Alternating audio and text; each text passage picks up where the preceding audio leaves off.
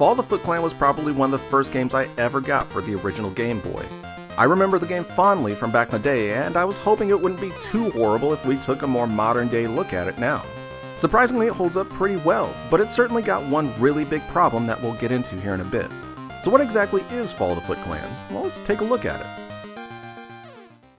Fall of the Foot Clan is nothing more than a very basic beat 'em up that was pretty much inspired by something like Kung Fu or even Bad Dudes. Basically all you do is walk to the right, hit guys as they jump in, do some light platforming here and there, and repeat as needed. Your character also had 2 whole buttons worth of moves at his disposal.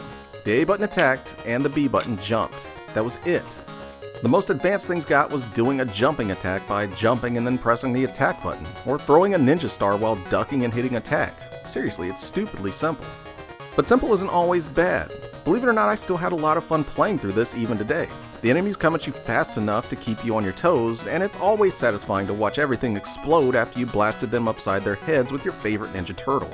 Still though, it would have been nice to have something like special attacks, or a super move, or really just about anything else.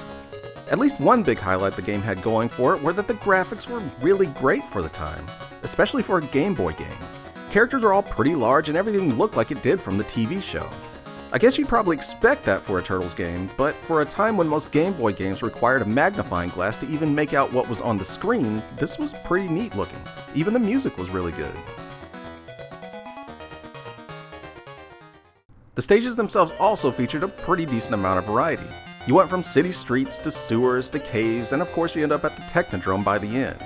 Stages are generally filled with some light platforming and a few traps here and there, but nothing was ever too crazy or too hard. Unfortunately, the enemies you fight in those stages rarely stray from the standard foot soldier or Mauser that populates most of the game.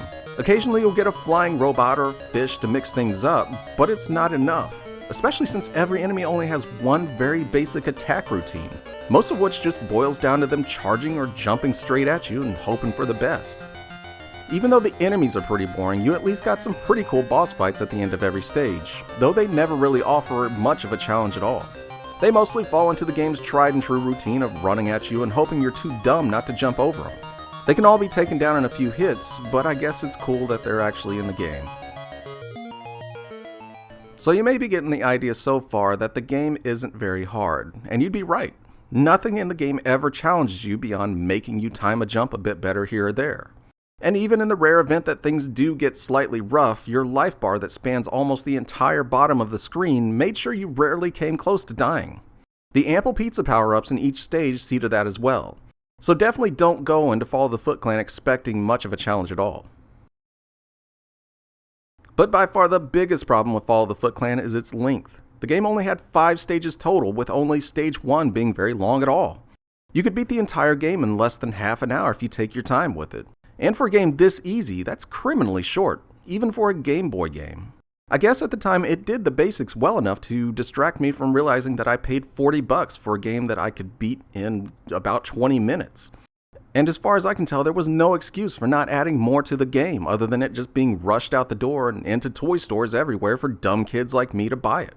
At the end of the day though, Fall of the Foot Clan isn't a bad game. It's just super simple and super short, super easy. And on the Game Boy, I could have ended up with a much worse game. I guess I could recommend it now if you want a quick run through a Turtles game, but honestly, you could probably spend your 20 minutes with a much better game elsewhere.